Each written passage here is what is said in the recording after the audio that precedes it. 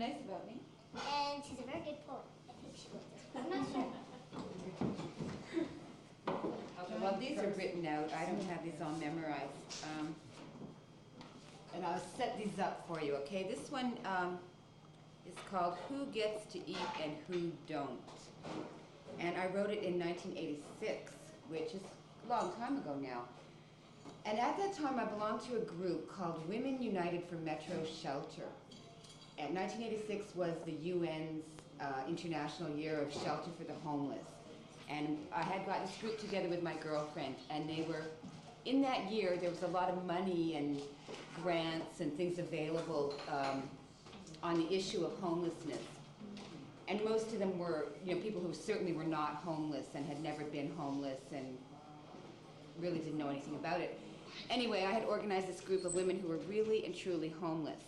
And we used to meet at the Board of Health. The City of Toronto has Board of Health meetings, and we used to meet there and strategize all our little stuff and because there'd be all these people making deputations. They'd come to City Hall and they'd be nurses and doctors, whatever. They'd make their deputations for homeless people.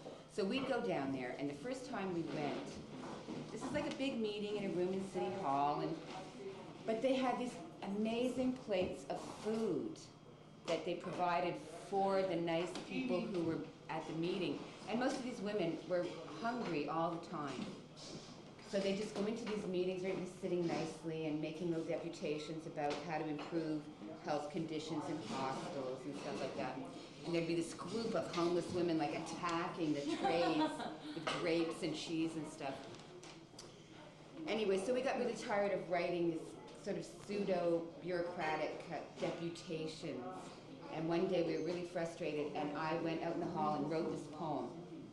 And I came back, and it was my turn to make the deputation, and I was standing in front of the little Board of Health, and I read them this poem.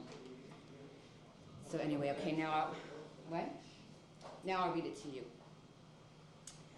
Who gets to eat and who don't? You meet a guy and you want to get high, and he keeps talking about dinner. Who gets to eat and who don't? Who eats and who don't? We feel we need protein. We go shopping once a week. Most of us like eggs and cheese and yogurt. Some of us eat paper, especially children in underdeveloped countries. But here we weigh our children unceasingly. We supplement our breast milk. Most of us eat cows, and this is what we say to those who don't eat cows. Who gets to eat and who don't? We are successful. We work for large multinational corporations and government institutions, and we get lunch breaks. We are well fed. We deserve to be celebrated. We often say to each other, let's have lunch. We often say to each other, we must get together for dinner. We prepare meals for our friends, salad and pasta. We talk about charming little ethnic restaurants. We eat meals in these establishments. Suppose we don't like coleslaw. We won't eat it. We will leave it on our plates. The busboy will remove the plates, scrape the offending matter into the garbage. If you don't like coleslaw, don't eat it. We never actually feel hungry. We have degrees from recognized universities. This takes the edge off our hunger. We are educated. We know when it is 12 noon, so we have lunch. We may be very health conscious, so we have tuna fish on whole wheat bread. Or we may not care. We may say, what the hell? I don't have any control. It's not my fault. I'll have a cheeseburger. That's the end of the poem. No, you should have seen their faces, though. This is the Board of Health, right? They're like... I bet no one else can do lunch. And I remember the next item they discussed after I read that poem was a change to the Mental Health Act, where they could scoop homeless people off the street. Like, you can't take someone off the street and put them into a mental hospital unless they consent, but at this point there were so many homeless people that they wanted to do, like they do in New York City, just have sweeps and sweep people into hospitals for a 30-day assessment, right, as a sort of cure for homelessness, right? They're going to have a mobile van and go around and pick people up. Anyway. The found. Mary said, like, the found. Yeah. Yes, like a pound, right? And I guess if somebody could come and claim you within the 30 days. Or stick a license on you and set you back outside. And this one is written around the same time. It's actually, I wanted this to be like a rock and roll song, but I never really got the music to it. It's called I Want to Be a Terrorist. I feel like hijacking a plane. No, I don't want to go to Grossman's again. I want to be a terrorist. I want to be a terrorist.